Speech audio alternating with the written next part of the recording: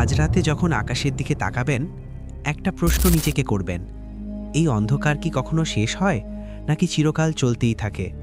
আর যদি শেষ হয়, তাহলে শেষের পরে কি আছে? আজকের এই যাত্রায় আমরা খুঁজে বের করব এমন এক রহস্য, যা হয়তো আপনার ঘুম কেড়ে নেবে। একটা অসম্ভব সত্য।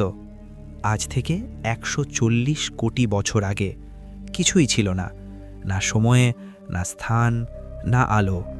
হঠাৎ একটা বিস্ফোরণ, এবং জন্ম হলো সব কিছুর। সেই থেকে আজ পর্যন্ত মহাবিশ্ব প্রসারিত হচ্ছে, প্রতি মুহূর্তে বড় হচ্ছে। কিন্তু যা বড় হয় তার তো একটা প্রান্ত থাকার কথা, তাই না? একটা শেষ সীমা। ব্যাপারটা আসলে অনেক বেশি রহস্যময়।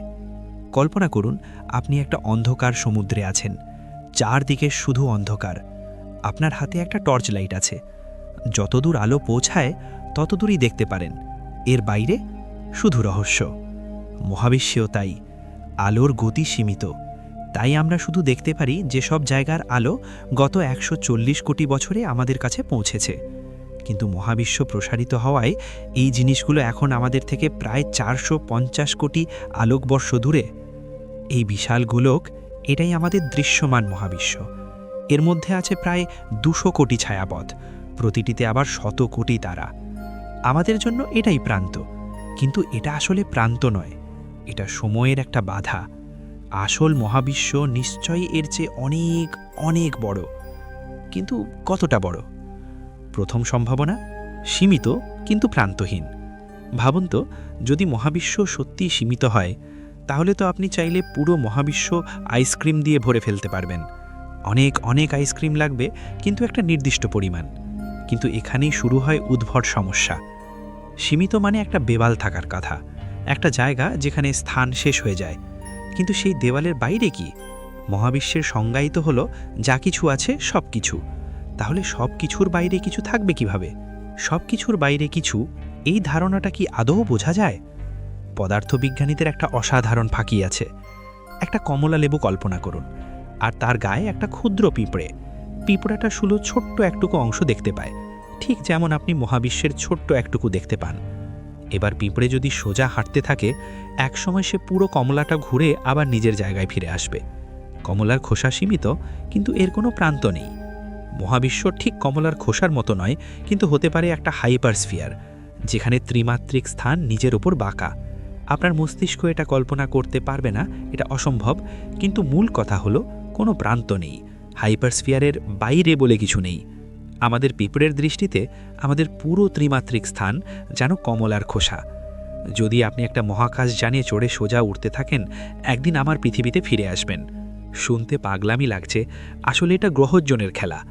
ভর স্থানকালকে বাঁকিয়ে দেয়, এবং এই বাঁক পুরো মহাবিশ্বকে এমনভাবে মুড়িয়ে ফেলতে পারে যে সে নিজের ওপরই ফিরে আসে। যদি মহাবিশ্ব হাইপারস্ফিয়ার হয়, তাহলে এটা কতটা বড়? বিজ্ঞানীরা মহাবিশ্বের দিগন্ত খুঁজেছেন, কিন্তু কিছু পাননি। মানে, যদি এটা হাইপারস্ফিয়ার হয়, তাহলে এত বিশাল যে আমাদের কাছে মনে হয় আমরা সমতল জায়গায় বাস করছি। এর অর্থ, হাইপারস্ফিয়ার মহাবিশ্ব কমপক্ষে আমাদের দৃশ্যমান অংশের ১,০০০ গুণ বড়, ১ ট্রিলিয়ন গুণও হতে পারে। কিছু বিজ্ঞানী ভাবলেন এটা খুব সহজ হয়ে গেল। তারা আরও উদ্ভট কিছু নিয়ে এলেন। মহাবিশ্ব হতে পারে একটা হাইপার ডোনাট, ডোনাটের ফ্রস্টিংয়ের মতো। এটাও আপনি কল্পনা করতে পারবেন না। এখানেও সোজা উড়লে আপনি ফিরে আসবেন নিজের জায়গায়। কিন্তু মজার ব্যাপার হলো, প্রতিটা দিকে সমান জিনিস নেই। দুটো মহাকাশযান ভিন্ন দিকে উড়লে একটা অনেক আগে ফিরে আসতে পারে। আর আলো আলো করবে পাগলামি। কসমিক হল অফ মিরর্স, দূরের ছায়াপথকে আপনি দুই জায়গায় দেখবেন, কিন্তু শুধু তাই নয়, দুই ভিন্ন সময়ে। কারণ আলো একদিকে যেতে অন্য দিকের চেয়ে বেশি সময় নিয়েছে। আপনি একটা তারার জন্ম দেখতে পারবেন সামনে, আর সেই একই তারার মৃত্যু দেখবেন আকাশের উল্টো দিকে। এই হাইপার ডোনাট কত বড়! আসলে এর জ্যামিতির কারণে এটা সবচেয়ে ছোট সম্ভাব্য মহাবিশ্ব। হতে পারে দৃশ্যমান মহাবিশ্বের মাত্র কয়েক গুণ বড়, অথবা অনেক অনেক বেশি বড়। আমরা জানি না। দ্বিতীয় সম্ভাবনা, সত্যিকারের অসীমতা। এতক্ষণ কথা হলো সীমিত মহাবিশ্ব নিয়ে, কিন্তু যদি মহাবিশ্ব সত্যিই অসীম হয়, যদি স্থান চিরকাল চলতেই থাকে। আসলে বেশিরভাগ বিজ্ঞানী যে মডেল ব্যবহার করেন, সেটা একটা অসীম মহাবিশ্ব বর্ণনা করে। অসীম মানে চিরকাল, কোথাও কোনো প্রান্ত নেই, যেদিকেই তাকান শুধু আরও আরও জিনিস। এটাও কল্পনা করা অসম্ভব। এটা আমাদের মস্তিষ্ককে কয়েকভাবে ভেঙে দেয়। প্রথমত, যদি মহাবিশ্ব অসীম হয় তাহলে কি এটা চিরন্তন, চিরকাল ছিল? একসময় কি সবখানেই কিছুই ছিল না, তারপর হঠাৎ সবখানে কিছু হয়ে গেল? আমরা জানি না, কিন্তু বিগ ব্যাংয়ের অনেক প্রমাণ আছে। মনে হয় মহাবিশ্ব সত্যিই একটা অতীতের একটা সময়ে শুরু হয়েছিল। কিন্তু দাঁড়ান, বিগ ব্যাংয়ের পর থেকে মহাবিশ্ব প্রসারিত হচ্ছে। একটা অসীম জিনিস যা সবখানে আছে সেটা আবার আরও বড় হবে কিভাবে? কসমিক প্রসারণ মানে শুধু ছায়াপথের মধ্যে দূরত্ব বাড়ছে, এমনকি অসীম স্থানও বড় হতে পারে। স্বাগতম অসীমতার প্যারাডক্সে। সবচেয়ে ভয়ঙ্কর সত্য, আপনার প্রতিলিপি। অসীমতা আরও অদ্ভুত হয়ে ওঠে। আপনার মহাকাশযানে করে সোজা উড়ছেন, নতুন ছায়াপথ, নতুন তারা, নতুন গ্রহ, নতুন আশ্চর্যজনক জিনিস, নতুন এলিয়েন, নতুন প্রাণ যা আপনি কল্পনাও করতে পারবেন না। কিন্তু অনেক অনেক দূরে আপনি খুঁজে পাবেন মহাবিশ্বের সবচেয়ে বিশেষ জিনিস, নিজেকে। এই মুহূর্তে এই ভিডিও দেখছে আপনারই হুবহু কপি। এটা কিভাবে সম্ভব? চিন্তা করুন, অস্তিত্বের সব কিছু তৈরি হয়েছে সীমিত সংখ্যক বিভিন্ন কণা দিয়ে, আর সীমিত সংখ্যক কণা শুধুমাত্র সীমিত উপায়ে সাজানো যায়। সেই সংখ্যাটা হয়তো এত বিশাল যা আমাদের মস্তিষ্কের কাছে মনে হয় অসীম, কিন্তু আসলে নয়। যদি আপনার কাছে সীমিত অপশন থাকে জিনিস বানানোর, কিন্তু অসীম স্থান থাকে যা সব দিকে চিরকাল জিনিসে ভরা, তাহলে স্বাভাবিকভাবেই পুনরাবৃত্তি হবে। এটা সম্ভাবনার খেলা। যদিও কিছু সম্ভব মানেই যে ঘটবে তা নয়। হয়তো মহাবিশ্ব চিরকাল চলে, কিন্তু শুধু বিরক্তিকর জিনিসই বারবার আসে। হয়তো সত্যিই আপনি মাত্র একজন। কিন্তু যদি পদার্থবিজ্ঞানের সূত্র সবখানে একই হয়, তাহলে অনেক অনেক দূরে গ্যাস থেকে জন্ম নিয়েছে তারা আর গ্রহ, সেখানে রসায়ন থেকে জন্ম নিয়েছে আদিম জেনেটিক তথ্য, সেখান থেকে কোষ, প্রাণী যারা বিবর্তিত হয়েছে অসম্ভব উপায়ে, এবং শেষে বানর যারা শিখেছে অনলাইন ভিডিও বানাতে। এটা অ্যাটলিস্ট একবার ঘটেছে, তাই সম্ভাবনা শূন্য নয়। যদিও এই মুহূর্তে আপনার হুবহু কপি এই ভিডিও দেখছে, এই সম্ভাবনা প্রায় শূন্য।